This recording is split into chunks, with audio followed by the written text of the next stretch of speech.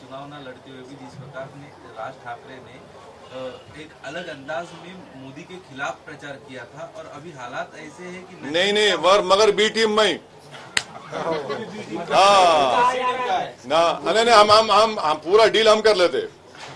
अब आप देखो, आप हम लड़के शिवसेना को हराए, हाँ वो तकलीफ है संजय राउत को कि औरंगाबाद की हिंदू मुस्लिम दलित जनता ने शिवसेना को हरा दिया, तो वो उन गुस्सा मेरे पे कभी कभी निकाल लेते।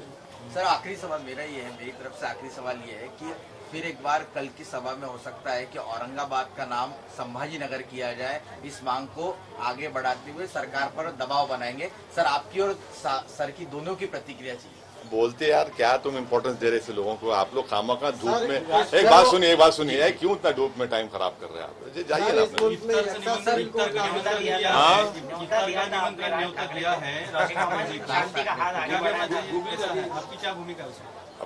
अब वो दावत दिए चुके हैं, वो दावत मेजबान आप है, पूछिए मेजबान से।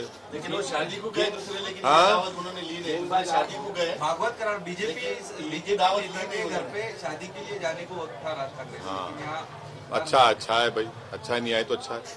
तेज गेंदबाज आप हो, लेकिन इम्तियाजी गुगलीबाजी है। हाँ वैसा है ना, वो आप ही की बिरादरी से आए तो उनको गुगली डालना अच्छा आता। सर इस मुल्क में यक्सा सिविल कोड नाफिज करने की बात की। देखिए एक बात सुनिए, यक्सा सिविल कोड को इस देश की जरूरत नहीं है। हमको आप ये बताइए, आज बीजेपी अमित शाह साहब ये सब बोल रहे हैं, आपको मालूम गोवा में जो सिविल कोड है कैसा सिविल कोड है? अगर गोवा में कोई हमारा हिंदू भाई शादी करता है और उसकी वाइफ की उम्र 25 और 30 साल की हो जाती, उसको बेटा नहीं हुआ तो सेकंड मैरिज कर सकता है वो। अब इस पर क्या बोलेंगे बीजेपी वाले? सरकार आपकी है वहां पर। कॉन्स्टिट्यूशन में पार्ट 4 है डायरेक्टिव प्रिंसिपल, उसमें आर्टिकल 47 पढ़ लो आप, प्रोहिबिशन लगाओ अल्कोहल के ऊपर। क्यों नहीं लगाते भैया? डायरेक्टिव प्रिंसिपल में लिखा हुआ है शायद आर्टिकल 38 में कि सबको इनकम जितना हो सके बराबर होनी चाहिए। कहाँ है इनकम, किधर है? देश की 90% दौलत देश के 10-15 पूंजीपति के पास है। फिर उसी से डायरेक्टिव प्रिंसिपल लिखा हुआ है कि इक्विटेबल डिस्ट्रीब्यूशन ऑफ रिसोर्सेज होना चाहिए। अरे कहाँ है भैया, कहाँ हो रहे हो आप? सिर्फ इसका अच्छा हमारे को ये बताइए कि शराब के ऊपर क्यों पाबंदी नहीं याद करते? शराब लगाओ ना पाबंदी, बंद करो शराब।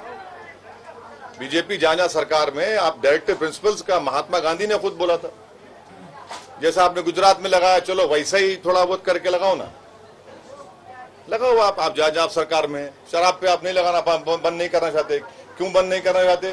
क्योंकि शाम में 6:30 बजते कि आपको होना, आपको ठंडा होना आपको, नहीं तो आप ढीले पड़ जाते। लगाओ ना आप, लगाओ वो तो मैं तो उसको गंदी चीज बोलता हूं। पूरी बुराइयों की जड़ शराब है, जिसकी वजह से भारत में हर साल मेरे ख्याल से 2 या 3 लाख लोग मरते एक्सीडेंट में से, आधे ज्यादा तो शराब पी के टक्कर मारते। महिलाओं पर वायलेंस होता, बच्चों पे वायलेंस होता। आप बंद करो ना। डायरेक्टिव प्रिंसिपल्स में लिखा हुआ है, शराब क्यों नहीं बंद करना चाह रही बीजेपी? बंद करो ना, चलो आपके स्टेट में लगा दो, बंद कर दो आप वहां नहीं बंद करेंगे तो यूनिफॉर्म एंड कॉमन कोड में जमीन आसमान का फर्क है कि दयाभागा स्कूल ऑफ थॉट रहेगा, मिताक्षरा स्कूल ऑफ थॉट रहेगा, बताओ हमारे को। और हिंदू अनडिवाइडेड फैमिली में टैक्स रिबेट मुसलमानों को, सिख को, क्रिश्चियन को क्यों नहीं मिलता भाई? ये राइट टू इक्वालिटी का वायलेशन नहीं है? और मेघालय, मिजोरम, नागालैंड में हमने कॉन्स्टिट्यूशन में उनके कल्चर को प्रोटेक्शन करने का वादा किया कॉन्स्टिट्यूशन में, आप उसको निकाल देंगे? हाँ, और मेरा जो कल्चर है जो मुस्लिम, वो आर्टिकल 26 का प्रोटेक्शन है मेरे को। इकोनॉमी बढ़ गई, कोयला निकालने के लिए आपको पैसेंजर ट्रेन को कैंसिल करना पड़ रहा, आपको अनएम्प्लॉयमेंट बढ़ रहा, महंगाई बढ़ रही, मगर आपको फिक्र है यूनिफॉर्म सिविल कोड की। हम इसके खिलाफ है और लॉ कमीशन खुद ये कह दिया कि भारत में यूनिफॉर्म सिविल कोड की जरूरत नहीं। अब 108 ऑफिसरों ने रिटायर ऑफिसरों ने पीएम को लेटर दिए और पीएम साहब ने आपको जवाब दिए नहीं, इसके बारे में क्या कहना चाहते हैं? पीएम साहब प्रेस कॉन्फ्रेंस ही नहीं कर रहे 7 साल में, खाली अपने चहितों को बुला के 1 to 1 कर लेते, बिजाए थे। लेटर का जवाब दिए नहीं ना, हाँ लेटर का जवाब दिए नहीं अभी तक। हाँ, क्या देंगे, दोनों कहाँ जवाब देते हैं। जिस तरह से मुल्क में अक़लियतों पर मज़ालिम बढ़ रहे हैं, बैनुल-अक़वामी सतह पर मुल्क को यानी हज़ीमत उठाना पड़ रही है। नहीं, ये तो सोचना है ना, तो मुल्क की बरसर इख्तिदार जमात जो है बीजेपी, उनको सोचना है। वो तो मुसलमानों पे ऐलान जंग कर चुके हैं। सर एक आखिरी सवाल होगा, 3 तारीख ईद का भी वक्त आ रहा है और जिस तरह से हम जिक्र कर रहे थे लॉ एंड ऑर्डर का कि राज ठाकरे द्वारा धमकी भी दी गई है, तो क्या कह सकते हैं कि सरकार ने रेगुलेशंस तो दी हैं लेकिन ये साफ कहता है कि आप पहले कुछ कर देंगे उसके बाद हम एक्शन लेंगे, तो क्या सरकार इंतजार कर रही है? हम यही बोल रहे हैं सरकार को, आप परमिशन दिए, आपकी जिम्मेदारी है कि महाराष्ट्र में पीस होना चाहिए, आपकी जिम्मेदारी है, आप इस जिम्मेदारी को निभाइए। आप, हम भी यही चाहते हैं कि महाराष्ट्र में है और इंशाल्लाह अमन रहेगा। अगर कोई धमकी दे रहा है, कोई ये बोल रहा है, तो फिर भाई सरकार बड़ी है या क्या बड़ी है, बताइए ना आप।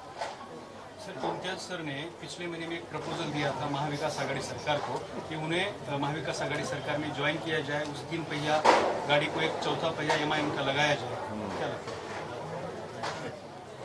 उन्होंने बोल दिए, उधर से क्या हुआ फिर?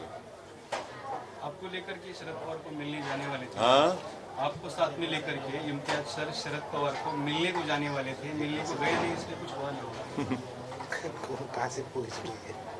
क्या बोलेंगे, वो हमारे नाम से नफरत करते भाई, हमारा नाम सुन के वो लोगों को पेट में दर्द शुरू हो जाता। मगर एक्सपोज तो हो गए ना। आप असेंबली चुनाव में कांग्रेस और राष्ट्रवादी कांग्रेस हर सभा में महाराष्ट्र के मुसलमानों जाके बोलते थे कि ओवैसी को वोट मत दो, भाजपा शिवसेना को रोकना है। और जैसा चुनाव हुआ, आप शिवसेना से शादी कर लिए। और मुसलमान क्या करना, हमारा मुसलमान को धोखा दिया आप। सुनिए सुनिए सुनिए, महाराष्ट्र के मुसलमानों को आपने धोखा दिया ना। आपने कहा कि भाजपा शिवसेना को वोट मत दो और ओवैसी को वोट मत दो, मगर आप जो चुनाव हो गए, आप दोनों मिलकर शादी कर लिए, तीनों मिलकर बल्कि। तो ये इनका धोखा दिए जनता को, जो सेकुलरिज्म के नाम पे वोट दिया। और कैसा बताइए कि एक असेंबली में खड़े होकर शिवसेना का मुख्यमंत्री बोलता है कि हमने बाबरी मस्जिद तोड़ा। ये बताइए, शरद पवार साहब और राहुल गांधी, सोनिया गांधी इसको एग्री करते हैं इस बात को? जो मुख्यमंत्री खड़े होकर बोल रहा है कि हमने बाबरी मस्जिद तोड़ा, आप उसके साथ बैठे हुए सरकार में और आप उंगलियां मेरे तरफ उठाते, किस मजा है? कौन दिया अख्तियार आपको मेरे पे उंगलियां उठाने का? आप ही तो बैठे हुए ना साथ में, सत्ता में बैठकर गुलाब जामुन खा रहे। अब सत्ता में आए तो सब भूल जाते।